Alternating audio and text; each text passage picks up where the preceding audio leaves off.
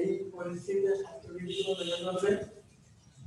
এখন তো প্রয়োজন ছাড়া কেউ বাইরে যাবে না, যদি এখন তো যেতে হয় অবশ্যই মাস্ক ব্যবহার করবে। আমাদের যে মানে আলাদা এই আমরা যেটা ক্লাস নেই এখানেই করা যাবে। এই তোমাদের একটা সুযোগ পড়াশোনাকে এগিয়ে নেওয়ার জন্য, বাসায় বসে সময় অপচয় না করে অবশ্যই তোমরা নির্দিষ্ট কিনে পড়াশোনা শুরু করবে।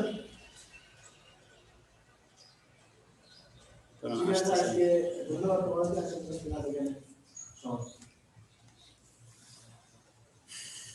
রেকর্ডিং মতো হচ্ছে তাই না? এটা তো দেখাচ্ছে না বলে কাজ করাচ্ছে। হ্যাঁ, তো দেখা যায় না।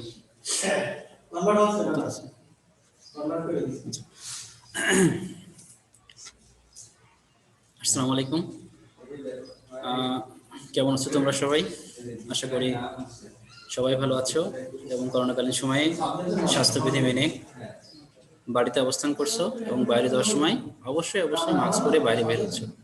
এবং যারা এখনো পর্যন্ত মাস্ক পরে বাইরে বের হচ্ছে না তাদেরকে আবারও বলছি, তোমরা অবশ্যই মাস্ক পরে বের হবে এবং যে সামাজিক যে দূরত্ব সরকার বলছে সামাজিক দূরত্ব বজায় রাখে এবং যে নির্দেশনা দিচ্ছে সেই নির্দেশনাগুলো পুরোপুরি মেনে চলার চেষ্টা করবে। আমি এস.এম. ফরহাদ ইকবাল। আজ আমি উচ্চতর গণিত প্রথম পত্রের ক্লাস নেব এবং এই ক্লাসটা ম্যাট্রিক্সের উপরেই নিব। আমি প্রথম দিন একটা ক্লাস নিয়েছিলাম, সেটা হচ্ছে তোমাদের সিলেবাস সম্পর্কে একটা ধারণা দিয়েছিলাম। আজ আমি তোমাদের ম্যাট্রিক্সের শুরু থেকে কিছু করার চেষ্টা করব। প্রথমে হচ্ছে ম্যাট্রিক্স কি,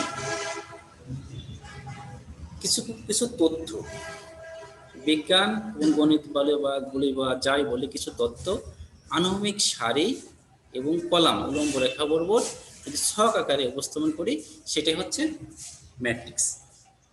তাহলে ম্যাট্রিক্স দেখি আমরা একটু দেখি। আচ্ছা, ম্যাট্রিক্স এর কিছু চিহ্ন আছে। আমি তথ্যগুলো উপস্থাপনগুলো করলেই এইগুলো যে ম্যাট্রিক্স হবে তা কিন্তু নয়। ম্যাট্রিক্স কে বোঝাতে হলে অবশ্যই আমাকে স্যাম্পল দিয়ে বোঝাতে হবে। যেমন ম্যাট্রিক্স যে তথ্যগুলো থাকবে, ভিতরে যে তথ্যগুলো থাকবে আমি লিখি 2 3 4 5 6 7 8 9 10। এই যে লিখলাম, এই যে এটাকে একটা সারি উলম্ব এবং আনুভূমিক সারি বরাবর দিলাম, এটা কি ম্যাট্রিক্স হয়ে গেল? না। তাহলে ম্যাট্রিক্স বোঝাতে হলে আমাকে কি করতে হবে? অবশ্যই কিছু এর ভিতরে কিছু স্যাম্পলের ভিতরে থাকতে হবে, কিছু নির্দেশনার ভিতরে থাকতে হবে। আচ্ছা, কি কি থাকতে পারে? আমার এটা আমি প্রথম বন্ধনীর ভিতরে রাখতে পারি, অথবা কি করতে পারি? তৃতীয় বন্ধনীর ভিতরে রাখতে পারি। কি রাখতে পারি? তৃতীয় বন্ধনীর ভিতরে রাখতে পারি। আবার কি করতে পারি? দুই জোড়া উলম্ব রেখা, সেটা কেমন হতে পারে? এই 2 জোড়া উলম্ব রেখা এর ভিতরে থাকতে পারি। তাহলে কিন্তু আমাদের ম্যাট্রিক্স প্রকাশ পাবে, তাহলে না হলে কিন্তু ম্যাট্রিক্স প্রকাশ পাবে না। তাহলে এই যে এখানে আমরা যে তথ্যগুলো লিখলাম 2 3 4 5 6 7 8 9 10, এই প্রত্যেকের কিন্তু এক একটা করে নাম আছে। এই প্রত্যেকের কিন্তু একটা নাম আছে। এটা যে তথ্যগুলো আছে এর নাম কি? এইগুলোর নাম কি? এর নাম আছে। তাহলে এর নাম যে ম্যাট্রিক্সের ভুক্তি বলা হয়। এগুলো কি বলা হচ্ছে? ম্যাট্রিক্সের ভুক্তি। আমরা আগে কি বলতাম? উপাদান বলতাম, কিন্তু না, এটাকে এখন কি বলছে? ম্যাট্রিক্সের ভুক্তি বলতে হবে। তাহলে এই যে ম্যাট্রিক্সের ভুক্তি, এগুলো সবই ম্যাট্রিক্সের ভুক্তি। তাহলে ম্যাট্রিক্স কি বলে? কতগুলো আনুভূমিক সারি। এই কতগুলো আনুভূমিক সারি, এই একটা আনুভূমিক সারি, একটা আনুভূমিক সারি, একটা আনুভূমিক সারি এবং উলম্ব রেখা। কি বলছে? এটা হচ্ছে উলম্ব রেখা, এইটা আরেকটা উলম্ব রেখা, আর এইটার একটা উলম্ব রেখা। তাহলে আনুভূমিক সারি এবং উলম্ব রেখা বরাবর সাজালে যে আয়তাকার বিন্যাস পাওয়া যাচ্ছে, আয়তাকার বিন্যাস, সেটাকে বলা হচ্ছে আমরা ম্যাট্রিক্স বলবো। তাহলে ম্যাট্রিক্স এর ভিতরে যে তথ্যগুলো থাকে সেগুলো বলা হয় কি? ম্যাট্রিক্সের ভুক্তি। আবার কি বলছে? যে এই ম্যাট্রিক্সটাকে প্রকাশ করতে হলে আমাকে অবশ্যই একটা বন্ধনীর ভিতরে রাখতে হবে। সেটা হচ্ছে প্রথম বন্ধনী রাখতে পারি, তৃতীয় বন্ধনীর ভিতরে রাখতে পারি, অথবা 2 জোড়া উলম্ব রেখা। উলম্ব রেখা বরাবর আমরা সেটা প্রকাশ করতে পারি। তাহলে ম্যাট্রিক্স কাকে বলে, ম্যাট্রিক্সের প্রকারগুলো কি, ম্যাট্রিক্সের ভিতরে যে তথ্যগুলো সেই তথ্যগুলোকে কি বলে, এইগুলো আমরা শুনলাম। এবার আমরা আরেকটু বলবো ম্যাট্রিক্সের সারি এবং কলামের যে কথাটা বলছি, সেই সারি এবং কলাম সম্পর্কে আরেকটু ধারণা দেব। সেটা কি,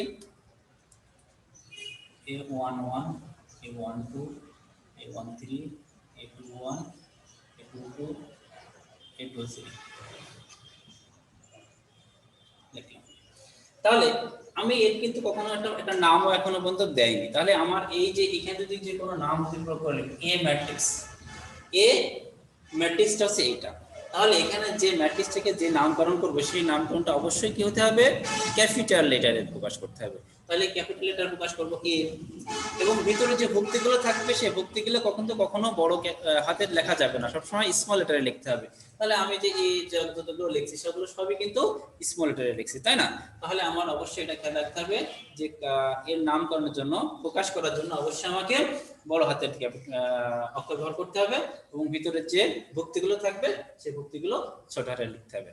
আচ্ছা, তাহলে এই একটা ম্যাট্রিক্স, এখানে এই ম্যাট্রিক্সের তথ্যগুলো সাজাইছি, আয়তাকার ভাবে সাজাইছি। এখানে দেখতে পাচ্ছি সারি, আমি বললাম কি সারি, আনুভূমিক সারি, সেটা কি লিখছি, আনুভূমিক সারি A11 A12 A13 A21 A22 A23, দুইটা আনুভূমিক সারি। উলম্ব রেখা কারণে বরাবর কি বলছে, উলম্ব রেখা। আর কলাম, এটাকে বলা আছে, এটা সারি আর এটাকে বলা আছে কলাম। তাহলে সারি এবং কলাম প্রথমের দিকে অবশ্যই একটু গোলায় যায় যে কোনটা সারি কোনটা কলাম। তাহলে আমরা মনে রাখবো কি কলমের নিচে কোনটা আছে, এখানে কলম ধরলেই কলমের নিচে আছে এটা, এখানে কলম ধরলে কলমের নিচে আছে এটা, এখানে কলম ধরলে কলমের নিচে আছে এটা। তাহলে আমার কলাম কোনটা কোনটা হবে, A11 A2 একটা কলাম, A12 A22 এর একটা কলাম, A13 A23 এই আর একটা কলাম। তাহলে সারি আছে আনুভূমিক সারি, আর কলাম আছে উলম্ব রেখা বরাবর। উলম্ব রেখা বরাবর মানে আমার কলম ধরলে যে রেখা বরাবর আসে সেটা হচ্ছে উলম্ব রেখা বরাবর। তাহলে আমরা বুঝলাম ম্যাট্রিক্সের সারি এবং কলাম সম্পর্কেও আমরা জানলাম। আচ্ছা, ম্যাট্রিক্সের ক্রম, এবার আমরা জানবো কি ম্যাট্রিক্সের ক্রম। এখানে ম্যাট্রিক্সের ক্রম, তাহলে ম্যাট্রিক্সের ক্রম প্রকাশ করতে হয় সাধারণত সারি এবং কলাম দ্বারা। সারি, সেটা মুছে দিই, পাশে বোঝা যাবে না।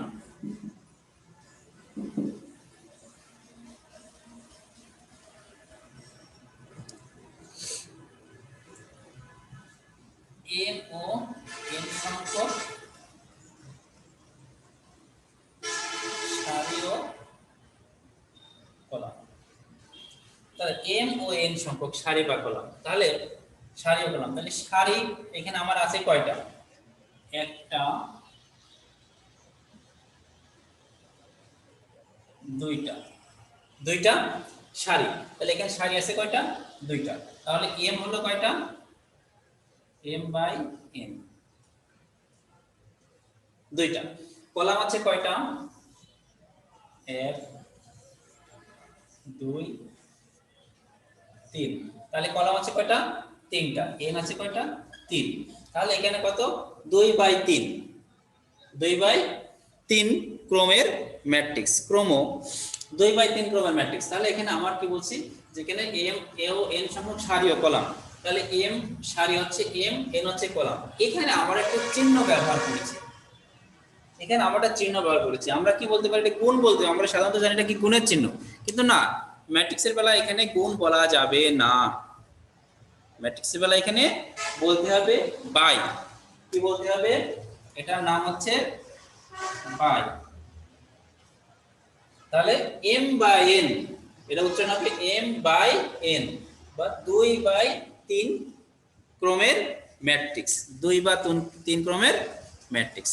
তাহলে আমরা ম্যাট্রিক্সের ক্রম সম্পর্কেও জানলাম। এবার আমরা একটু ম্যাট্রিক্সের ক্রম প্রকারভেদ সম্পর্কে আলোচনা করি। ম্যাট্রিক্সের প্রকারভেদ,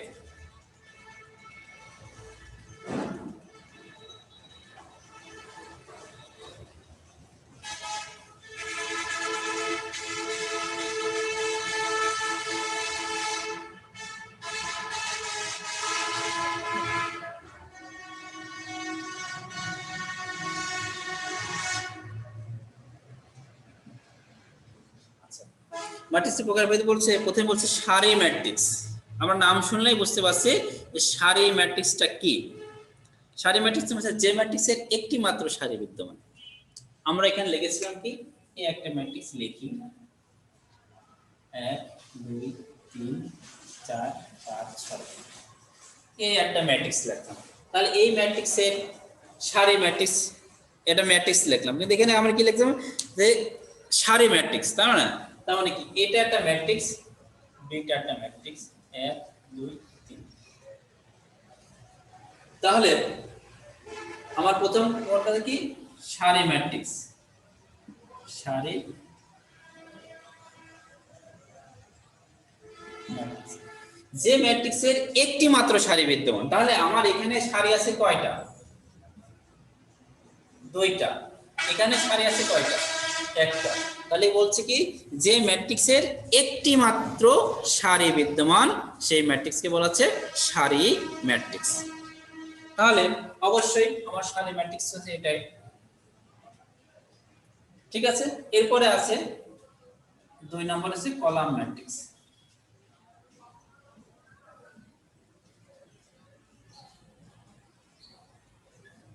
কলাম ম্যাট্রিক্স, যে ম্যাট্রিক্সের একটি মাত্র কলাম বিদ্যমান। তাহলে এখানে সারি যেরকম হয়, তাহলে কলাম আছে কয়টা? এইটা। তাহলে আমি বলতে পারি এ একটা কলাম ম্যাট্রিক্স 1 4, কলাম ম্যাট্রিক্স। যে ম্যাট্রিক্সের একটি মাত্র কলাম বিদ্যমান সেই ম্যাট্রিক্সকে কলাম ম্যাট্রিক্স বলা হয়। তারপরে আছে বর্গ ম্যাট্রিক্স। বর্গ বলতে কি, আমার সারি এবং কলামের সংখ্যা সমান হতে হবে।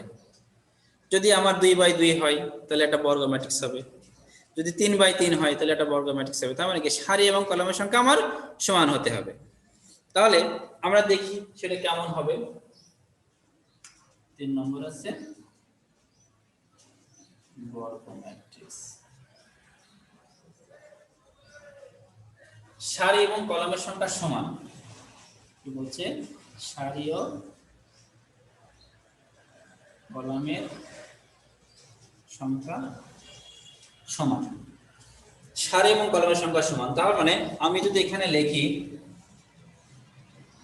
বি একটা matrix A11 A12 A21 A22 A31 A32, sorry A21 একটা ম্যাট্রিক্স লিখলাম। এখানে কি আছে, সারি আছে কয়টা? একটা দুইটা। কলাম আছে কোনটা? একটা দুইটা। তাহলে কি বোঝাচ্ছে, যে সারি এবং কলামের সংখ্যা সমান। এখানে কয়টা আছে? 2/2। তাহলে কয় বাই কই? 2/2। তাহলে এই যে আমি এখানে 2/2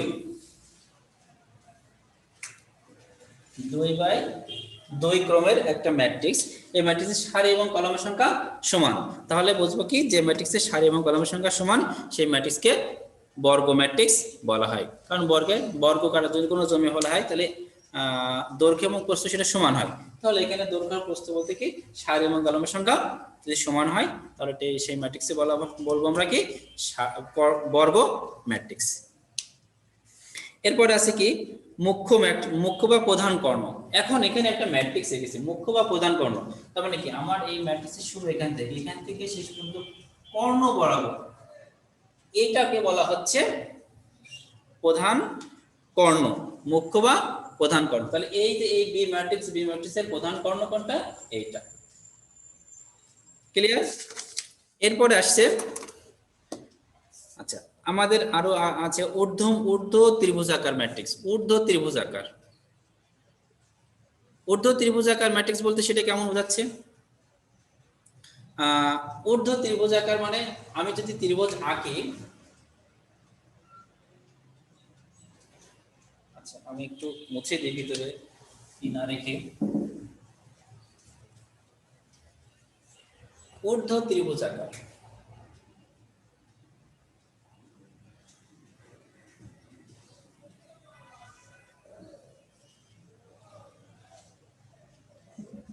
তার মানে কি, আমি যদি A সমান একটা ম্যাট্রিক্স নিই, A11 A12 A13 A21, A22, A23, A31, A32, A33। যদি একটা ম্যাট্রিক্স নিই, এই ম্যাট্রিক্স এখানে আমি যদি ত্রিভুজ আঁকি, তাহলে আমি কিন্তু এখানটা যদি আমি ত্রিভুজ একটা আয়তকার জায়গা নিলাম, জায়গা নেওয়ার পর আমি যদি দুই ভাগে ভাগ করি, তাহলে এ একটা ত্রিভুজ হচ্ছে আর এ একটা ত্রিভুজ হচ্ছে। কয়টা ত্রিভুজ হচ্ছে? এ একটা ত্রিভুজ আর এ একটা ত্রিভুজ। যদি এই ত্রিভুজের ভুক্তিগুলোর মান থাকে আর এগুলো যদি শূন্য থাকে, তাহলে এই যে ত্রিভুজ হবে সেই ত্রিভুজটাকে বলা হচ্ছে ঊর্ধ্ব ত্রিভুজাকার। তার মানে কি, আমার এখান থেকে এই পর্যন্ত নিয়ে মান থাকবে আর এগুলো কি হয়ে যাবে? 0 0। ক্লিয়ার? তাহলে ঊর্ধ্ব ত্রিভুজ যদি এরকম হয়, তাহলে নিম্ন ত্রিভুজাকার কেমন হবে? নিশ্চয় এর উল্টা। তাহলে উপরের দিকের মানগুলো 0 থাকবে, নিচের দিকের মানগুলো সব থাকবে। তার মানে কি, নিচের ভুক্তিগুলোর মান থাকবে, উপরের ভুক্তিগুলোর মান সব 0 0 হবে। তাহলে এখানে কি কি ছিল? A21, A31, A32। তার মানে এইখানে এই মানটিটা কি হয়ে যাবে? 0 0 হয়ে যাবে, 0 0 হয়ে যাবে। তাহলে এটাকে বলা হচ্ছে নিম্ন ত্রিভুজাকার। নিম্ন ত্রিভুজাকার। এবার যে তিনটে ত্রিভুজের কথা আমি বলবো, সেই তিনটে ম্যাট্রিক্সের কথা বলবো, সেই তিনটি ম্যাট্রিক্স খুব গুরুত্বপূর্ণ। সেটা কি আছে? কর্ণ ম্যাট্রিক্স, স্কেলার ম্যাট্রিক্স এবং একক ম্যাট্রিক্স। একক ম্যাট্রিক্সের আরেকটা নাম কি? অভেদ ম্যাট্রিক্স, অভেদক। অভেদক একক ম্যাট্রিক্সের আরেকটা নাম হচ্ছে অভেদক। সেটা হচ্ছে কর্ণ ম্যাট্রিক্স, স্কেলার ম্যাট্রিক্স এবং অভেদক ম্যাট্রিক্স বা একক ম্যাট্রিক্স। এই তিনটা ম্যাট্রিক্স আমি একবারে লিখব। কলমের কালি ফ্রাই গেছে।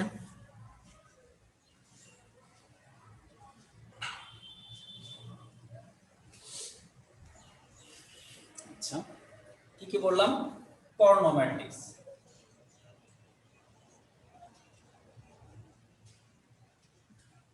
কর্ণ ম্যাট্রিক্স, তারপরে আছে হচ্ছে স্কেলার ম্যাট্রিক্স,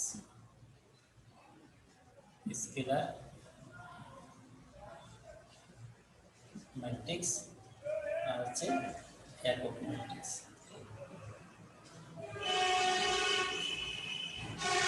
একক ম্যাট্রিক্স, এই তিনটে ম্যাট্রিক্স আমি একবারে লিখলাম, কারণ এই তিনটে ম্যাট্রিক্স একই রকম, সামান্য কিছু পরিবর্তনের জন্য নাম তিনটা তিন রকম হয়ে যায়।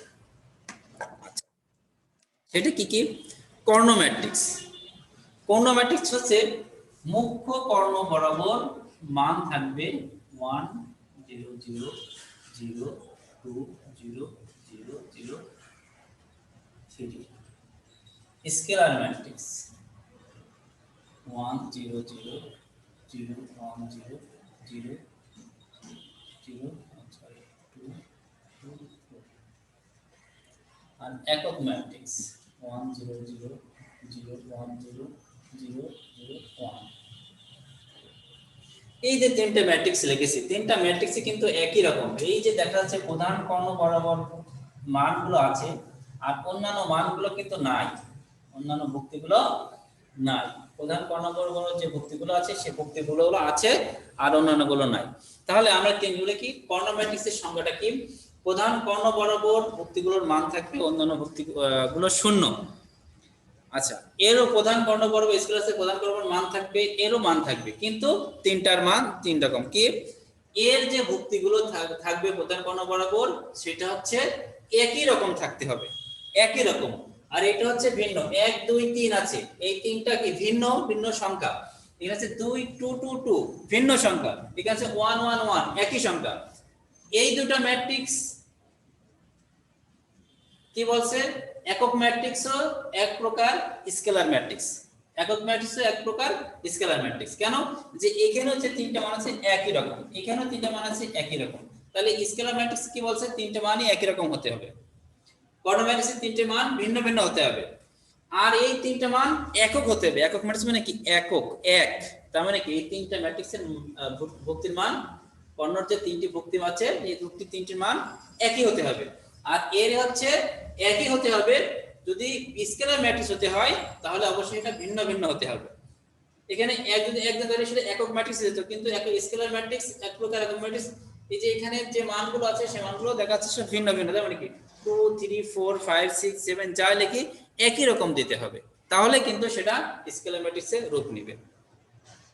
তাহলে বুঝতে পারছি স্কেলার ম্যাট্রিক্স, একক ম্যাট্রিক্স আর কর্ণ ম্যাট্রিক্স। শূন্য ম্যাট্রিক্স, আর একটা আছে শূন্য ম্যাট্রিক্স, যে ম্যাট্রিক্সের সবগুলো ভুক্তির মান শূন্য, সেটাকে বলা হচ্ছে শূন্য ম্যাট্রিক্স। আচ্ছা, সমঘাতী ম্যাট্রিক্স। সমঘাতী ম্যাট্রিক্স বলতে কি বোঝায়? আমি একটা ম্যাট্রিক্স লিখব, সেই ম্যাট্রিক্সের যদি বর্গ করে দিতে আবার সেই ম্যাট্রিক্সে ফেরত আসে, ম্যাট্রিক্সটার বর্গ করলে যদি একটা ম্যাট্রিক্স নিলাম সেই ম্যাট্রিক্সের বর্গ করলে যদি সেই মানটাই ফেরত আসে, তাহলে কে বলা আছে? সমঘাতী ম্যাট্রিক্স। আচ্ছা, তাহলে এমন একটা ম্যাট্রিক্সের আমরা উদাহরণ দেবো। এতক্ষণ কিন্তু আমরা এইগুলোই দিয়ে বেশি, এবার একটা উদাহরণ দিয়ে পরিপূর্ণতা আনার চেষ্টা করব। সমঘাতী ম্যাট্রিক্স।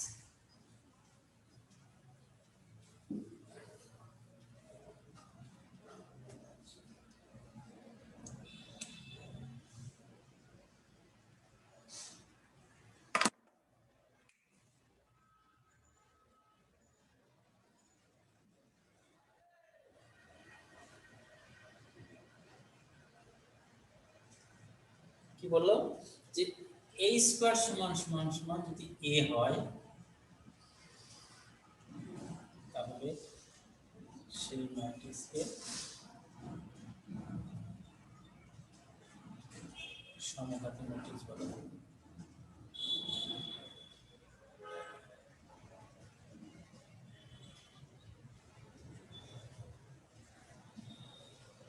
যদি a স্কয়ার সমান সমান a হয়, তাহলে সেই ম্যাট্রিক্সকে বলা হয় সমঘাতী ম্যাট্রিক্স। তাহলে আমরা দেখি সমঘাতী ম্যাট্রিক্সটা কি। a সমান সমান একটা ম্যাট্রিক্স নিলাম, 3 - 6 1 - 2 1 - 2। তাহলে a স্কয়ার সমান সমান কি হবে? a স্কয়ার সমান a ইনটু a, 3 - 6 1 - 2 3 - 6 1 - 2। তাহলে এটা আমাকে গুণ করতে হবে। তাহলে আমরা গুণ করি এটার সাথে এটা, তার মানে কি আমার এটার সাথে এটা আসবে, 3 3 9 আর আচ্ছা, গুণ করার সিস্টেমটা একটু আমরা দেখে নিই। যে এর সারি, প্রথম ম্যাট্রিক্সের সারি দ্বিতীয় ম্যাট্রিক্সের কলামের সাথে গুণ হবে। ঠিক আছে, প্রথম ম্যাট্রিক্সের সারি দ্বিতীয় ম্যাট্রিক্সের কলামের সাথে গুণ হবে, তাহলে কিন্তু আমার এই হবে। তাহলে এখানে যদি আমরা করি 3 3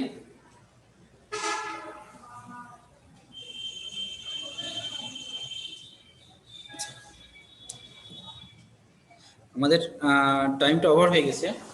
আমরা এই ম্যাট্রিক্সের সমঘাতী থেকে আগামী ক্লাস থেকে শুরু করব। আমাদের 25 মিনিট হয়ে গেছে। আচ্ছা, শেষ করতে পারবো না, আমার অসম্পূর্ণ থেকে যাবে। আর অসম্পূর্ণ কোনো অঙ্ক আমি রাখতে চাচ্ছি না। আচ্ছা, তাহলে না, ছোট্ট একটা অঙ্ক করে ফেলি। এই সমান সমান 3 - 6 1 - 3 - 6 a স্কয়ার সমান 3 - 6 1 - 2 3 - 6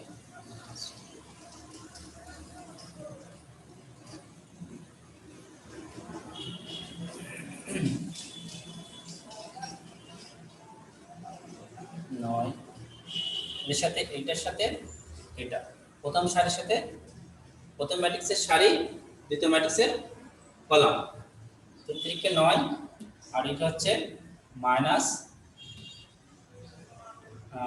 6 6।